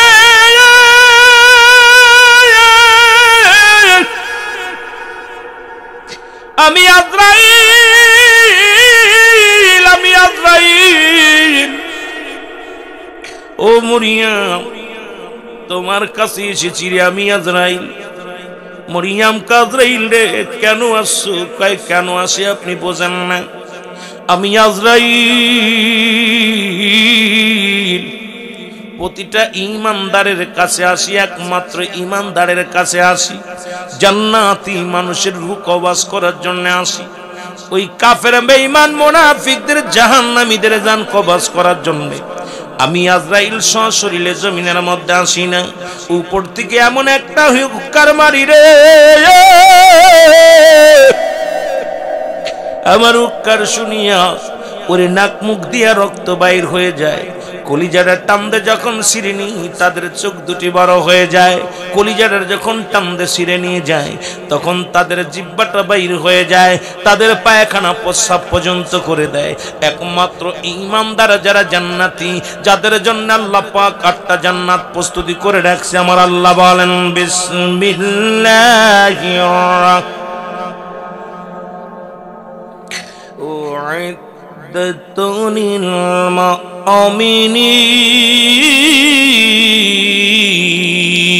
আল্লাহ কয়, মুমিনদের জন্য, মুত্তাকিনদের জন্য আমি আল্লাহ প্রস্তুতি করে রাখছি। একটা নয়, দুটি নয়, 8টা জান্নাত। জোরে বলেন মারহাবা। আর একটু জোরে জোরে চিল্লায় বলো মারহাবা।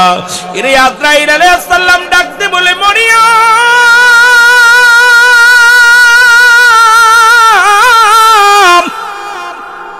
আমি আজরাইল এসেছি।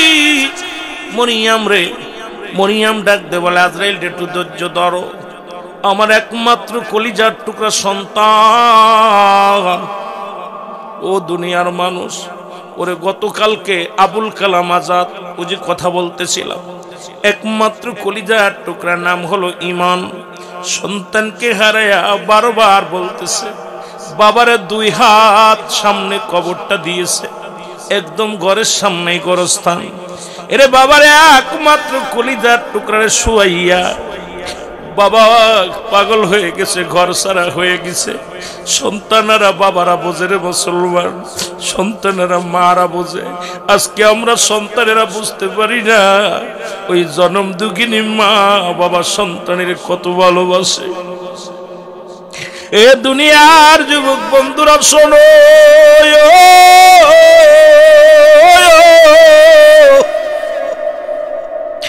মরিয়ম ডাকতে বলে, আজরাইল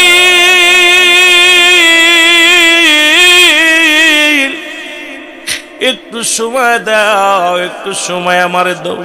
আমার কলিজার টুকরা ঈসা আলাইহিস সালাম আসবে, আমি আমার সন্তানকে একটু বুঝ দিব। আরে আমার সন্তান এসে যদি দেখে মা জননী দুনিয়ার মধ্যে নাই, বড্ড কষ্ট পাবে রে আজরাইল। একটু সময় দাও, একটু সময় দাও। আজরাইল কয়, মরিয়ম রে, একটা সেকেন্ড আমি দিতে পারবো না, একটা মিনিট সময় দিতে পারবো না। মরিয়ম রে, তুমি প্রস্তুতি নাও, আমি আজরাইল এখনই প্রবেশ করব, তোমার রূহটা বাইর করে নিব। মরিয়ম আলাইহিস সালাম কয়, আজরাইল রে, তাহলে দেরি করো না, নিয়ে যাও, আমার রূহটা নিয়ে যাও। আজরাইল আলাইহিস সালাম মরিয়ম আলাইহিস সালামের ভিতরে প্রবেশ করলেন। প্রবেশ করিয়া রুটা টানতে বাইর করে নিয়ে গেলেন। এবার মা মরিয়ম জমিনের মধ্যে পড়ে রইলেন। ঈসা আলাইহিস সালাম বাড়ি ফল নিয়ে এসে দেখে মা জননী শুয়ে আছে। চিন্তা করে জনম দুঃখিনী মা শুয়ে আছে, একটু অপেক্ষা থাক। কিছুক্ষণ পরে চিন্তা করে মা আমি তো পায়ের শব্দ শুনলে মা তো ঘুমাইতো না, এখন মা এমন ঘুমাইলো, যা ডাক দে কয় মা মা। ঈসা নবী ডাক দিছে, মরিয়ম আলাইহিস সালাম ওঠে না। মরিয়ম আলাইহিস সালাম চিরঘুম ঘুমায়া গেছে।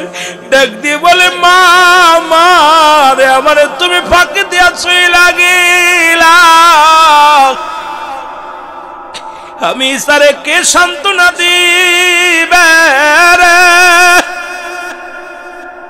আমি ঈসারে কে মায়া করবে রে, কে আমারে বুঝ দিবে রে। বা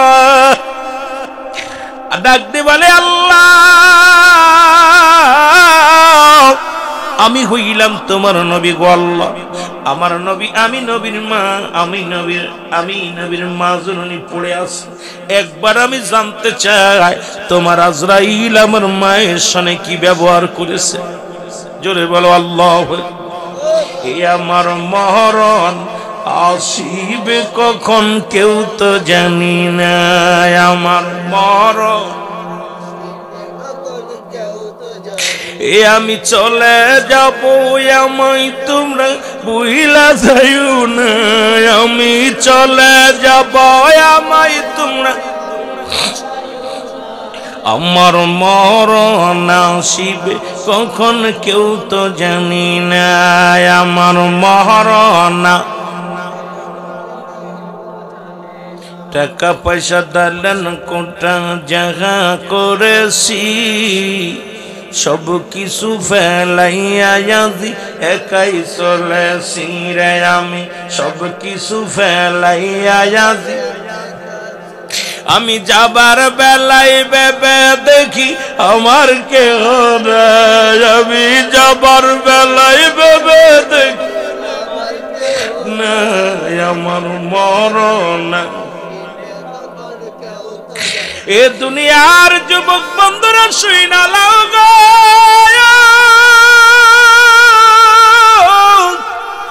কার জন্য ঘুষ খাও, কার জন্য সুদ খাও, কার জন্য তুমি সম্পদের পাহাড় বানাইলা, কার জন্য অফিসে বইয়া ঘুষ লেনদেন করলা, কার জন্য পরের জমি ফাঁকি দিলা রে মুসলমান। ওরে কার জন্য পরের মাথায় বাড়ি মারলা, কারো জন্য তুমি সম্পদ করলা। এই দুনিয়ার মধ্যে সব পড়ে থাকবে, তুমি থাকবা না। ওরে মুসলমান এই সম্পদ খাবে লোকে, তোমার দেহ খাবে পোকে। একবার আমি বারবার মাহফিলে একটা কথাই বলি রে মুসলমান, আজকে তুমি বাড়ি গাড়ি করছো, সম্পদের পাহাড় করছো, এই সম্পদ পড়ে থাকবে, সম্পদ খাবে লোকে। ওই সম্পদ একদিন তোমার কাল হয়ে দাঁড়াবে। ওই সম্পদগুলো বিক্রি করবে, ছেলে মেয়ে গাঁজা মদ খাবে, ছেলে মেয়েরা নষ্ট হয়ে যাবে। এই সম্পদ খাবে লোকে, তোমার দেহ খাবে পোকে। বলেন ঠিক? তোমার দেহ কানা পোকে পোকা মাকড়ে খেয়ে ফেলবে রে যুবক। ও যুবক শুনে নাও, এই জন্য বলতেছিলাম দুরুদ মুসলমান গভীর মনোযোগ। আল্লাহ কয় কুল্লু মান আলাইহা ফান। ও দুনিয়ার মুসলমান শোনো, আল্লাহ কয় বান্দার এই জমিনের মধ্যে আমি কিচ্ছু বলতে কিচ্ছু রাখবো না, সবকিছু আমি চূর্ণ বিচ্ছিন্ন করে দিব।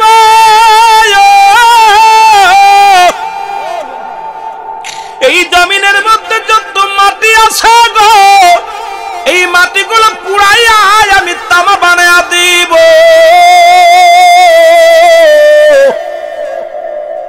এর সুনামগঞ্জবাসী একসময় পানির নিচেই ছিলেন আপনারা। যখন আমি এসেছিলাম, একবার ত্রাণ দিতে এসেছিলাম এই সুনামগঞ্জের জমিনে, এসে দেখেছিলাম মানুষ ঘরের বড় বড় টাকাওয়ালা বাড়িওয়ালারা ওই পানির নিচে ইলামা গাজির মধ্যে রে মুসলমান। আমি গুনাহগারে সেই বড় কষ্ট পেয়েছিলাম, 3-4টা লাশ পেয়েছিলাম। এই লাশের মধ্যে দেখেছিলাম কলার ভ্যার মধ্যে 2টা কলার গাছের উপরে লাশ শোয়া, লাশের মধ্যে লিখে দিয়েছে যদি কোনো হৃদয়বান মানুষ হন আমার বাবাজানকে একটু মাটিতে দাফন করে দিবে। বলেন হায়রে মানুষ মাত্র 15 দিন 20 দিনের পানিতে এত ভয়াবহ অবস্থা আমি গুনাহগার চোখের পানি ধরে রাখতে পেরেছিলাম না। ওই নাম সুরমা নদীর পানি উপরে দিয়ে বিপদ সীমার উপরে দেয়া ওই লামা গাজির মধ্যে পানিগুলো প্রবেশ যখন করেছিল রে যুবক, আমি গুনাহগার মুসলমান বোর্ড নিয়ে এসেছিলাম, আমার সফর সঙ্গীরা ছিল, এসে দেখেছিলাম মানুষের করুণ কান্না।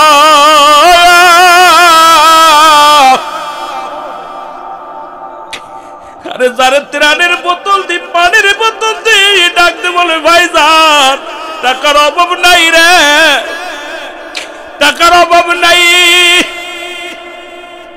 লন্ডনে থাকে ঘরের মধ্যে কিচ্ছু বাইর করতে পারি না, আজ 3টা দিন অনাহারে। যখন ওই টোস্ট বিস্কুট চিরার টুপলাগুলো হাতের মধ্যে দিয়েছিলাম মনে হলো আকাশের চাঁদ যেন তাদের হাতে পড়েছিল রে বাবারা। ওরে মুসলমান, এমন বিপদ দিয়ে আপনাদেরকে পরীক্ষা করেছে আমার আল্লাহ, এরপরেও যদি সচেতন না হয় রে ও যুবক শুনে নাও, আমি মনে করি কপাল খারাপ। জোরে জোরে চিল্লায় বলেন ঠিক কিনা, আর একটু জোরে জোরে চিল্লায় বলা যাবে না ঠিক কিনা। আল্লাহ বলে দুনিয়ার মানুষ শুইনা লাও গো, এই জমিনের যত পানি আছে পানিগুলো পুড়ে ছাই হয়ে যাবে। যেদিন কিচ্ছু বলতে কিচ্ছু থাকবে না, সেদিন থাকবে শুধু আমার আল্লাহ। আল্লাহ কয় বান্দারে যেদিন সব কিছু চূর্ণ বিচ্ছিন্ন হয়ে যাবে সেদিন থাকবো শুধু আমি আল্লাহ। মাটিগুলো পুড়ে হবে তামা, এই জমিনের পানিগুলো পুড়ে হয়ে যাবে ছাই।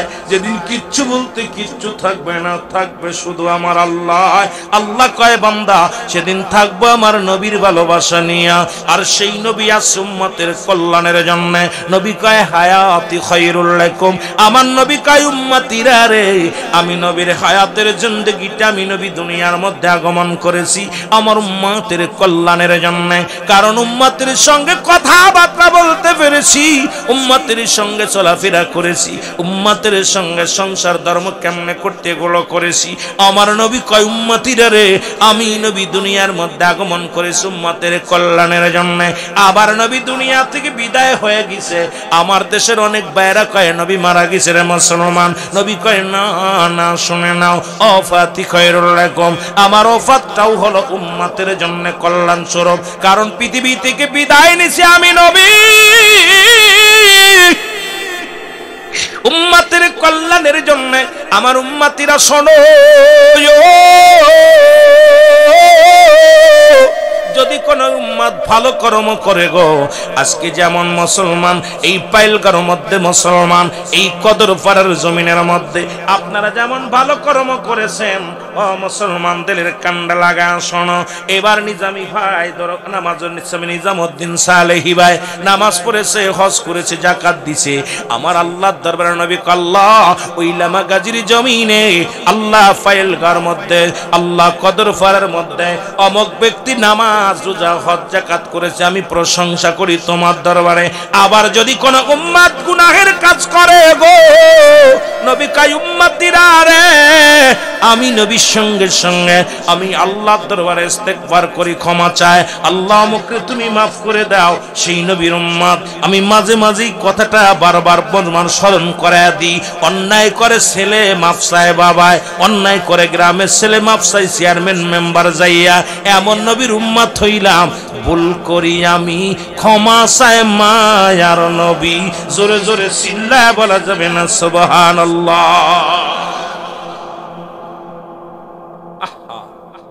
কত মজার বিষয়, রাসূলের ভালোবাসার মধ্যে ডুব দিলে। অন্যায় করতেছেন আপনি, ছেলে বাবায় যে গোপনে ভাইজান ছেলেটা তো অন্যায় করে ফেলেছে ভাইজান মাফ চাই, মাফ করেছে। বাবায় যখন না পারে বাবা দৌড়ে যায় চেয়ারম্যান মেম্বারের কাছে, চেয়ারম্যান সাহেব মেম্বার সাহেব বিপদ, ছেলে তোরটা অন্যায় করে ফেলেছে। চেয়ারম্যান গভীর রাত্রে যে মেম্বার যে মাফ চাই, ভাইজান আমার পাড়া ছেলেটা অন্যায় করেছে, মাফ করে দাও তোমার। তামান নবী এমন নবীর উম্মত আমরা। ভুল করেন আপনি ক্ষমা চায় আমার নবী, সেই নবীর পক্ষে থাকার দরকার আছে কি? আরো জোরে বলেন আছে কি না? আল্লাহ আমাদের কবুল করুক, জোরে বলেন আমিন। একটু মহব্বতের সঙ্গে জিকির করেন লা ইলাহা, আরো জোরে লা ইলাহা। মনে থাকে না বাইজান মোগার মনের বেদনা, হায় হায় বোঝাইলে কেউ বোঝে না, বলো আয় হায় বোঝাইলে কেউ বোঝে না, আইরে শোনাইলে কেউ শোনেন না, বলো শোনাইলে কেউ ওগো শোনেন শাহে মদিনা লা ইলাহা, আরো জোরে লা ইলাহা।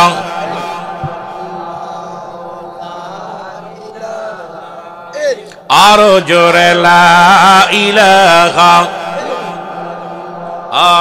লা ইলাহা মুহাম্মাদুর।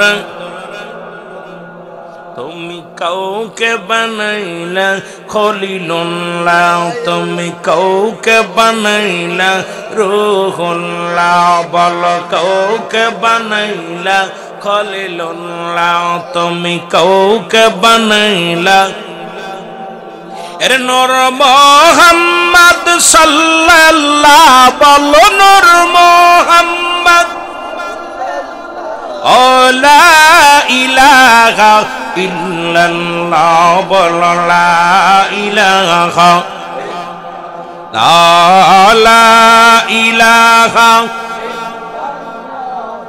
মুহাম্মাদুর সাল্লাল্লাহু আলাইহি ওয়াসাল্লাম। এ দুনিয়ার মুসলমান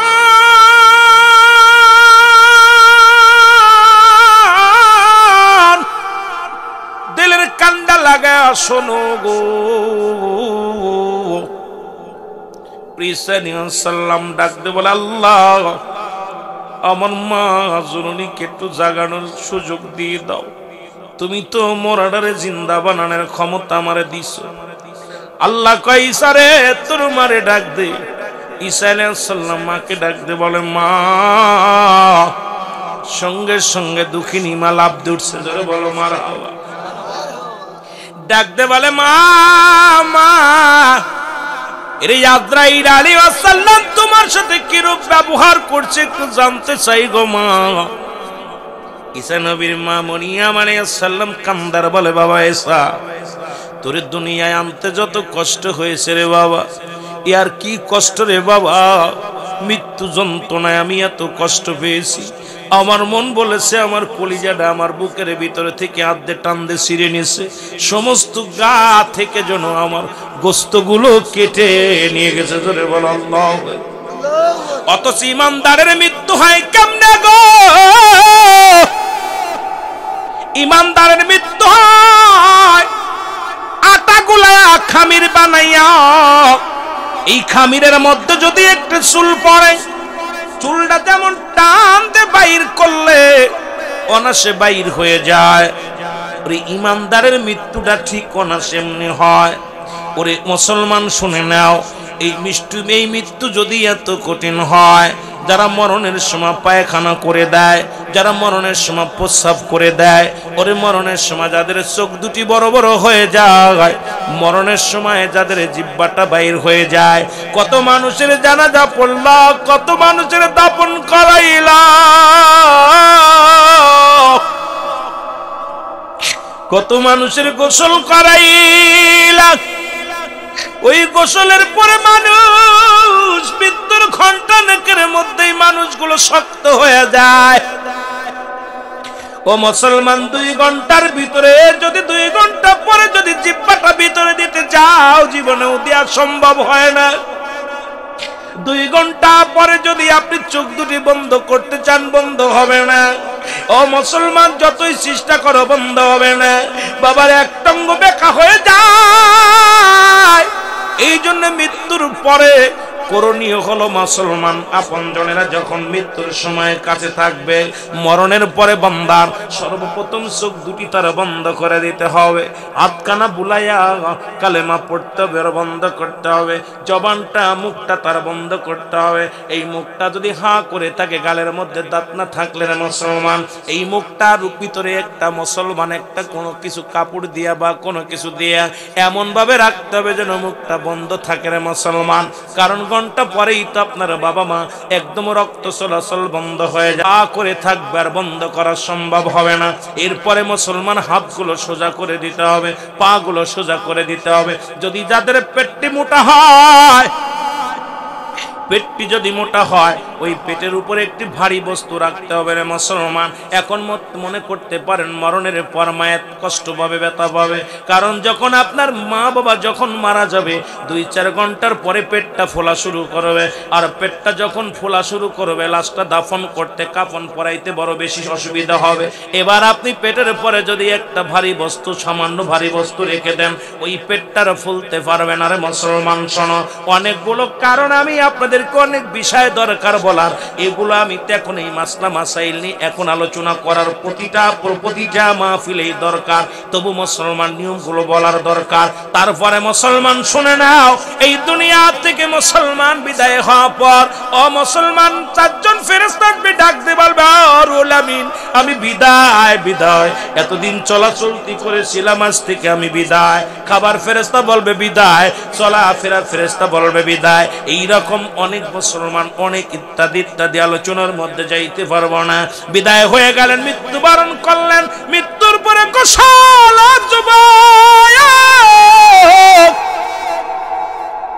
গোসল করাইয়া কাপন পরাইয়া যুবক রে জানাজার নামাজ পড়ে বিদায় করে দিবা। 1 নম্বর বিপদ হলো মানুষের মরণ। 2 নম্বর বিপদ হলো কবর। কবর বলতে বোঝায় মানুষের মৃত্যুর পর থেকে শুরু করে কিয়ামত পর্যন্ত জগৎটাকে বলা হয় কবরের জগৎ। জোরে বলেন আল্লাহু আকবার। 2 নম্বর বিপদ হলো কি? জোরে বলেন 2 নম্বর বিপদ কবর। ওরে আজ না হয় কাল তুমি যাইবা কবরে, যাবার সময় দেখবা চেয়ে গো তোমার ছবি রইল।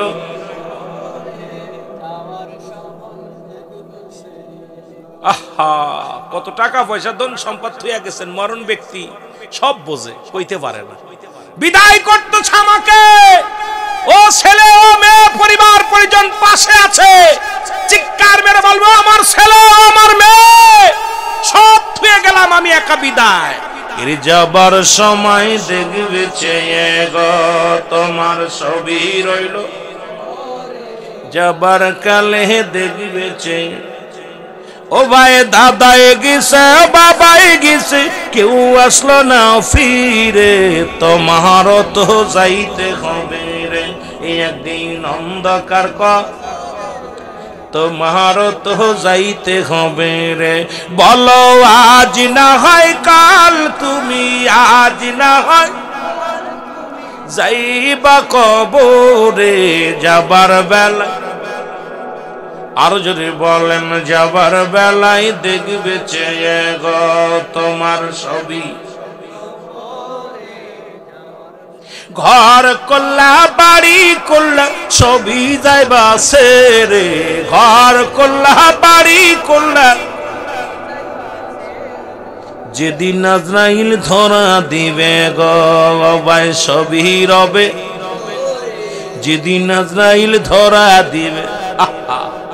এই হলো আপনার আমার জীবন। এইটা যদি চিন্তা করে কোন মানুষ, এ দুনিয়ার যুবক বন্ধুরা শুইনা লাও গো, মৃত্যুর পরে যখন কবরে দিবে, ওই কবরে একজন ফেরেশতা আসবে, নাম জানা আসেনি। কথা বলেন, ফেরেশতা আসবে কবরে, ফেরেশতার নাম কি? কথা বলেন কি? গোড়ার ডিম নোমান ফেরেশতা। জোরে বলেন মারহাব। আর একটু জোরে বলেন। এর মনকার নেকির সাবজেক্ট এখন আসে না। এরে আমার বাবারা, কবরে শোয়ানো উপর ফেরেশতা আসবে, নোমান ফেরেশতা। নাম কি? নোমান ফেরেশতা।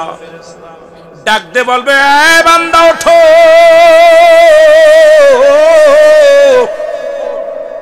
রব্বে কারিম তোমার রূহ দিয়েছিল, আজরাইল তোমার রূহটা নিয়েছে, কেরামন কাতিবিন তোমার আমলনামাগুলো সুন্দর করে লিখে রাখছে। বান্দা আমি এখন তোমার উঠাইলাম।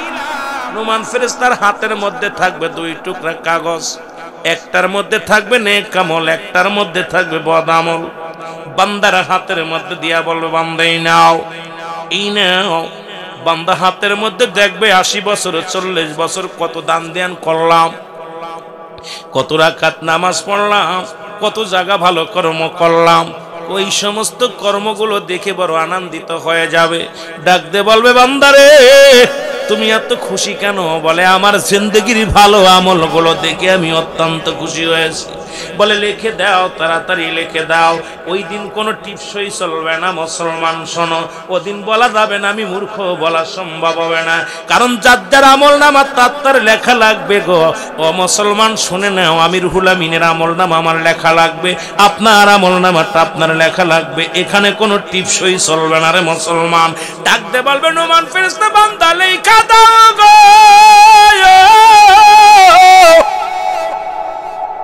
বান্দা বলবে, আমি লিখবো কেমনে? আমার কাছে তো কোনো কলম নাই।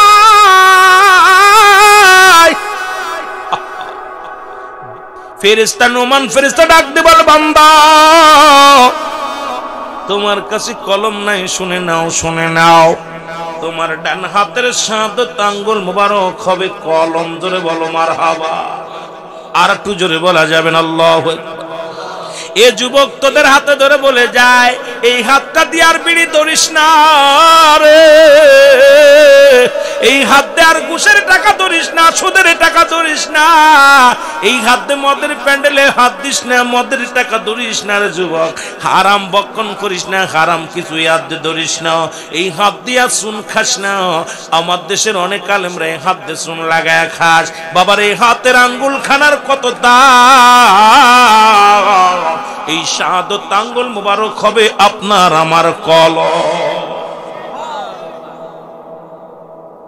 এর যুবক ডাক দিয়ে বলবে, ফেরেশতারে আমি কলম পাইলাম, এখন কালি পাবো কই গো?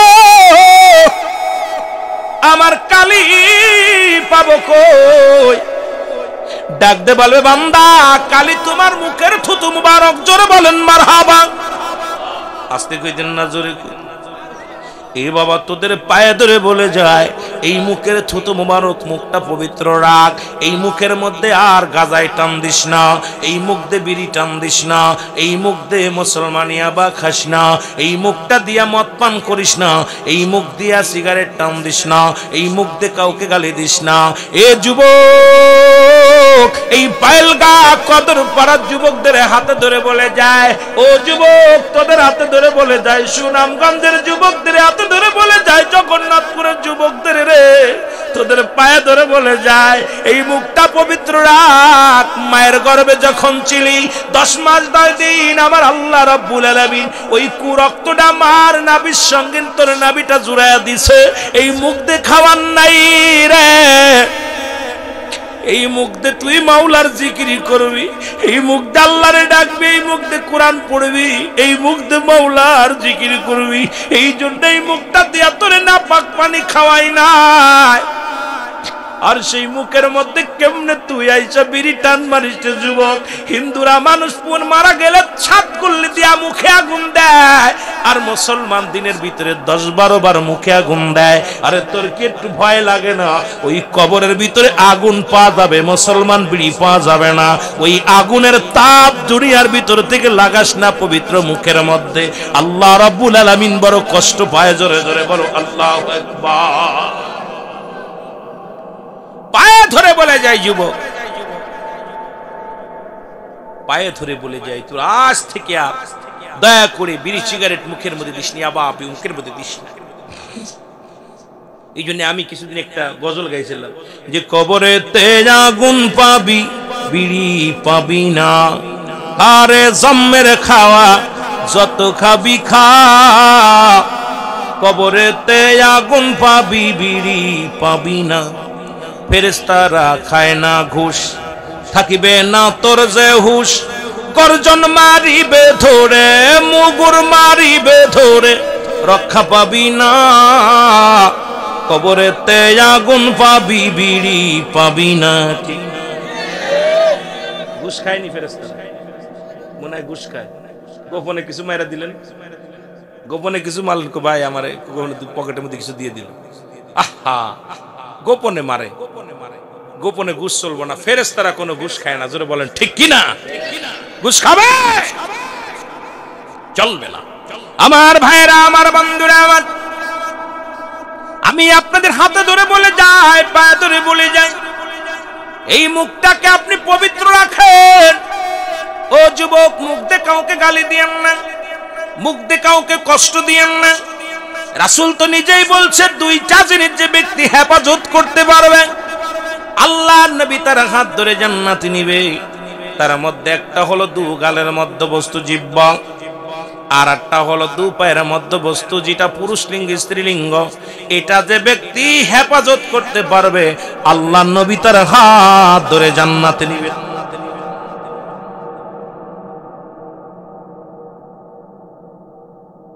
জোরে বলেন, কন্ট্রোল করার দরকার আছে কিনা?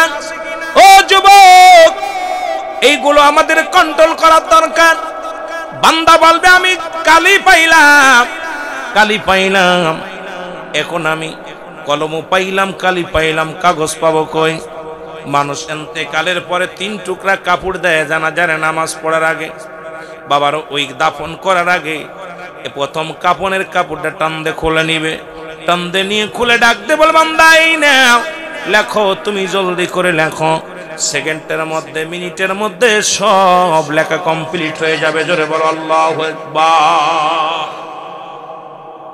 এবার বান্দার থেকে ওই কাপনের কাপড়টা টান দিয়ে খুলে নিবে, দ্বিতীয় আর একখান কাগজ ধরা দিবে। এই কাগজটার মধ্যে দেখবে মুসলমান 60 বছর 50 বছর কত ওয়াক্ত নামাজ কাজা করেছিলাম, কত জায়গা কত বন্ধু বান্ধব নিয়ে গান বাজনা শুনেছিলাম, কত বন্ধু বান্ধব নিয়ে কত নারীর সতীত্ব নষ্ট করেছিলাম, কোন বান্ধব প্রেম করে কোথায় রিসোর্টে নিয়ে গেছিলাম, কোথায় তুমি অন্যায় কর্ম করেছিলা, কোথায় সিনেমা দেখেছিলা, কোনায় গানের প্যান্ডেলে গিয়েছিলাম, মদের প্যান্ডেলে গিয়েছিলে, জুয়ার প্যান্ডেলে গিয়েছিলেন।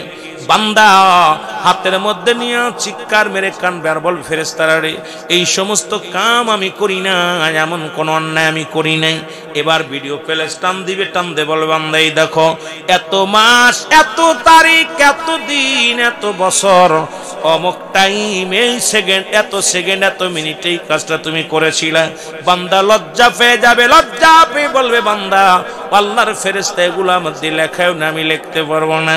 বান্দা রে, চিৎকার মেরে কান্নায় বান্দা ডান দিক থেকে মাটিগুলো চাপ দিবে, এমন বেগে চাপ দিবে মাটিগুলো গো, ডান দিকের আড্ডিগুলো বাম দিকে চলে যাবে, বাম দিক থেকে চাপ দিবে, বাম দিকের আড্ডিগুলো ডান দিকে চলে যাবে।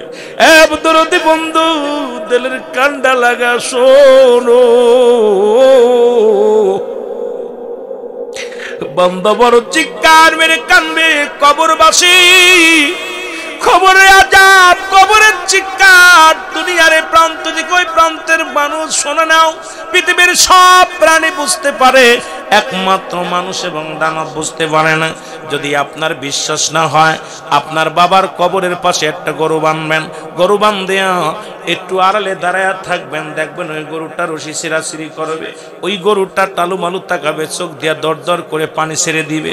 যদি বিশ্বাস না হয়, আগামী কাল যে পরীক্ষা করবেন, আব্বা মার কবরের পাশে গরু বান্ধিয়া, ছাগল বান্ধিয়া ভালো খাবার দিবেন, দেখবেন গরুটা চারিদিকে তাকাবে আর চোখ দিয়ে পানি ছেড়ে দিবে, শুধু দড়ি ছিঁড়াছিঁড়ি করবে আর টালু মালু তাকাবে। কারণ কবরে আযাব একমাত্র মানুষ এবং দানব বুঝতে পারে না, সমস্ত প্রাণী বুঝতে পারে কবরের চিৎকার। আর কবরের চিৎকার যে দুনিয়ার মানুষ শুনতে পারত, দুনিয়ার মানুষগুলো হাত পেল করে মারা যেত। জোরে বলো আল্লাহু আকবার। আর একটু জোরে জোরে চিল্লায় বলা যাবে না আল্লাহু আকবার। আমার ভাইরা, আমার বন্ধুরা, আমার এবার এত জোরে এক একটা গর্জন মারবে, মাটির নিচে বান্দা চলে যাবে, আবার তার উত্তোলন করা হবে। এইরকম আঘাতের পর আঘাত করে জোর করে তার থেকে লেখা নেওয়া হবে, কত পাপ পুণ্যগুলো লেখা হবে। এবার যখন পাপের পাল্লা বেশি হয়ে যাবে, বান্দার গলার ভিতরে লটকায়া দিয়ে চলে যাবে বান্দা। নোমান ফেরেশতা ডাকতে বলবে গুড বাই, বিদায়। একটু পরেই তোমার কবরের ভিতরে মুনকার নেকির হাজির হয়ে যাবে, তোমার আমল নামাটা দেখে জান্নাত জাহান্নামের ফয়সালা হয়ে যাবে। বান্দা চিৎকার মেরে কানবে, নোমান ফেরেশতা রে আবার একা রেখে যাস না, আরে আমার পাপের ভাগটা বাড়ি,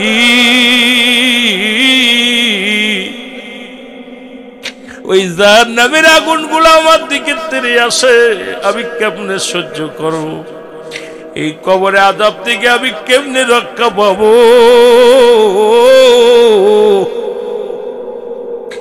ফেরেশতা আফসোস করে বলবে, বান্দা তুমি 40 বছর 50 বছর 60 বছর হায়াত পেয়েছিলে রে বান্দা, তোমার জিন্দেগি সুন্দর করতে পারো না, তুমি জিন্দেগিটা বড় কলুষিত করে আসছো। বান্দারে আমি বিদায়, ও বান্দা আমি বিদায়, একটু পরে আসবে তোমার কবরে মুনকার নেকি। আমার ভাইরা, আমার বন্ধুরা, নোমান ফেরেশতা কবর থেকে বিদায়ের পর পরই চলে আসবে মুনকার নেকির কবরের ভিতরে, এসে দেখবে আপনার আমল নামাটা, নেকির পাল্লা বড় ভারী নাই, পাতলা, বদির পাল্লা ভারী। মুসলমান এবার কি করবে? ওই জাহান্নাম থেকে একটা দরজা খুলে দিবে, জাহান্নামের দরজা খুলে দিয়ে ডাকতে বলে, বান্দা এই কবরে রাত নাই, রাত আর সকাল আর দিন নাই, সকাল নাই রাত নাই দিন নাই, শুরু হবে কিয়ামত পর্যন্ত বাধা না বাদান চিরস্থায়ী থাকবা। এই কবরে জাহান্নাম থেকে অগ্নিকাণ্ড আসবে, সাপ বিচ্ছু আসবে, গজব যত আছে সব তোমার কবরের ভিতরে আসবে। যে বান্দার আমল নামাটা ভালো হবে, জান্নাত থেকে একটা দরজা খুলে দিবে, জান্নাত থেকে নিয়ামত পর্যন্ত কবরে শুয়ে ভালো বলো মুসলমান শান্তি পাবে, আরামে ঘুমাইবে। বান্দা মুসলমান শুনে নাও, শুনে নাও, শুনে নাও। এই জন্য আমি আপনাদেরকে বলি, মুসলমান 1 নাম্বার বিপদ হলো মানুষের মরণ, 2 নাম্বার বিপদ হলো কবর। এই কবরে যেতে হবে, এর মধ্যে কোনো সন্দেহ নাই, জোরে বলেন ঠিক কিনা? এই হঠাৎ যদি যাই মরিয়া, পাড়া পড়শি বীর করিয়া, হঠাৎ যদি যাই মরিয়া, দেখিতে আসিবে সবে আমার মরা লাশ, বলেন দেখিতে আসিবে সবে আমার, দাদিয়ে কাটিবে কেহ জারের কাঁচা বাঁশ, বলেন দাদিয়ে কাটিবে কেহ, গরম পানি মশারি তলে কাপড় খুলিয়া, সেজ বিদায়ের গোসল দিবে ডনিয়া ডনিয়া, 3 টুকরা সাদা কাপড় অন্যরকম শ্বাস, দাদিয়ে কাটিবে কেহ জারের কাঁচা বাঁশ, বলেন দাদিয়ে কাটিবে কেহ। হঠাৎ যদি যাই মরিয়া, পাড়া পড়শি বীর করিয়া, হঠাৎ যদি যাই মরিয়া, দেখিতে আসিবে সবে আমার মরা লাশ, বলেন দেখিতে আসি। দাদু 2 নাম্বার বিপদ হলো মানুষের কবর। আজকে অনেকেই মারা গেছে, ওই কবর উপরে দিয়ে কুত্তা ছেলে পায়খানা করে, কবর থেকে খেদানোর মতো ক্ষমতা নাই। কবর উপরে দিয়ে গরু ছাগলে ঘাস খায়, কবর থেকে খেদানোর মতো ক্ষমতা নাই।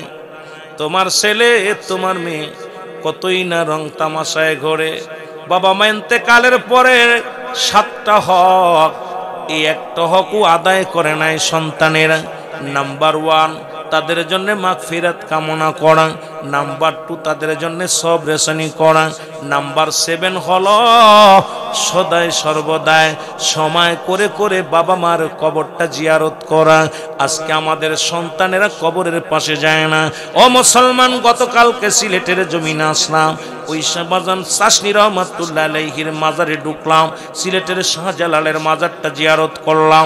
করতে যায় দেখলাম অসংখ্য কবরগুলো ভেঙ্গে ভেঙ্গে আছে। ওই চাষনি রহমাতুল্লাহ আলাইহির মাজারে ঢুকিয়া দেখলাম অনেক বানরগুলো আছে, আর এই কবরগুলো ভেঙ্গে ভেঙ্গে গেছে, কোনো মানুষ কবরটা ঢাকার মতো মানুষ নাই। আরে বাবা, ওদেরও তো গার্জিয়ান ছিল, ছেলে ছিল, মেয়ে ছিল, আপনজন ছিল, কবরটা ভেঙ্গে গেছে। এই কবরটার উপরে মাটি দেওয়ার মতো মানুষ নাই। এমন একটা দিন আসবে আমাদেরও দুনিয়া থেকে বিদায় নিব, আমাদের সন্তানেরা কবরের উপরে দিয়ে একবারও কবরটা দেখতে যাবে না, জিয়ারত করতে যাবে না। কোন সন্তান যদি কবরের পাশে যায়, ওই বাবা মার কবরটা ভাঙ্গা থাকতে পারে না, মাটি দিয়ে বন্ধ করে। আর ওই যে কবরগুলো ভাঙ্গা আছে বুঝতে আর বাকি নাই, বাবা মারে বিদায়ের পরে আর কবর গোরস্থানে একদিনের জন্য যাই না। ও যুবক,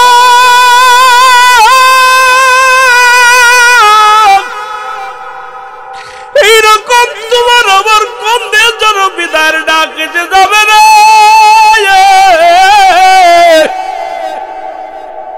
ওই অন্ধকার কবরে শুইতে হবে আল্লাহ।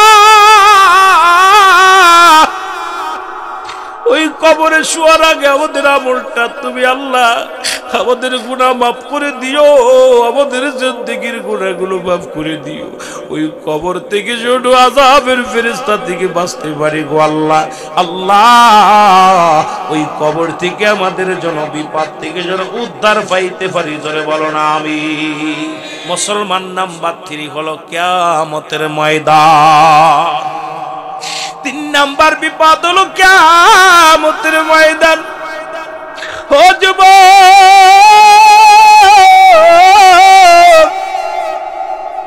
যেদিন মুঠো হাত উপরে সূর্য উদয় হবে রে, মাটিগুলো পুড়ে তামা হয়ে যাবে, মসজিদ গুলে গুলে জমিনের মধ্যে পড়ে যাবে, পূর্ব আকাশে সূর্য উদয় হয়ে যাইব, উদয় হইব না, পশ্চিম আকাশে সূর্য উদয় হয়ে যাবে। মানুষগুলো উঠবে, সব মানুষগুলো মুসলমান দৌড়াবে, কেউ লজ্জে কারুর পণ্যে কাপড় থাকবে না, সবাই উলঙ্গ অবস্থায় উঠবো দিন রে মুসলমান। কেউ কারুর দিকে তাকানোর সুযোগ পাবে না, পিতা পুত্রকে চিনবে না, ভাই ভাইকে চিনবে না, বন্ধু বান্ধবরে চিনবে না, স্ত্রী স্বামীরে চিনবে না, স্বামী স্ত্রী চিনবে না। সব মানুষ শুধু ইয়া সালিম ইয়া সালিম, নিরাপত্তা দাও, শান্তি দাও, শান্তি দাও। ওদিন শুধু জবান দিয়ে আসবে ইয়া সালিম ইয়া সালিম, আল্লাহ আমাকে নিরাপত্তা দাও, আমাকে নিরাপত্তা দাও। ও মুসলমান শোনো, সেদিন ওই বিপদের দিনে কেউ পাবে না, কোনো বন্ধু পাবে না, কোনো বান্ধব পাবি না।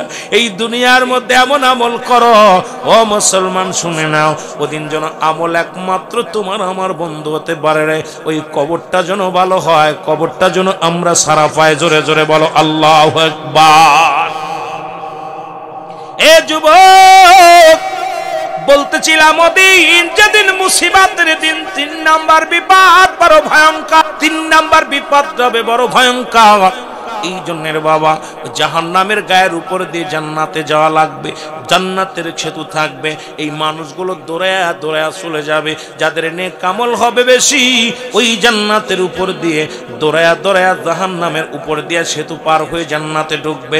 জাহান্নামীরা হাত পা কেটে কেটে জাহান্নামের মধ্যে পড়ে যাবে। জাহান্নামের গায়ে 70,000 রশি লাগানো থাকবে, এক একটা রশির মধ্যে 70,000 রশি, 70,000 ফেরেশতা ধরে টানবে। এ মুসলমান, এক একজন ফেরেশতা ওই রশি ধরে টানবে, 70,000 ফেরেশতা এক একটা রশি ধরে টানবে, জাহান্নাম পালাইবে। আমার আল্লাহ বলবে, জাহান্নাম তুমি কেন পালাও? জাহান্নাম বলবে, আমার আল্লাহ, ওই তোমার বান্দা বান্দি চিৎকার আমি সহ্য করতে পারি না, এই আমার আগুনের মধ্যে পড়ে জাহান্নাম বড় কষ্ট পাবে। আমার আল্লাহ বলবে, জাহান্নাম রে তোরে পালায়া কোনো লাভ নাই, আমি তোরে বানাইছি নাফরমানি বান্দাদেরকে সাইজ করার জন্য। জোরে জোরে চিল্লায়া বলা যাবে না আল্লাহু আকবার। আর একটু জোরে জোরে চিল্লায়া বলা যাবে না আল্লাহু আকবার।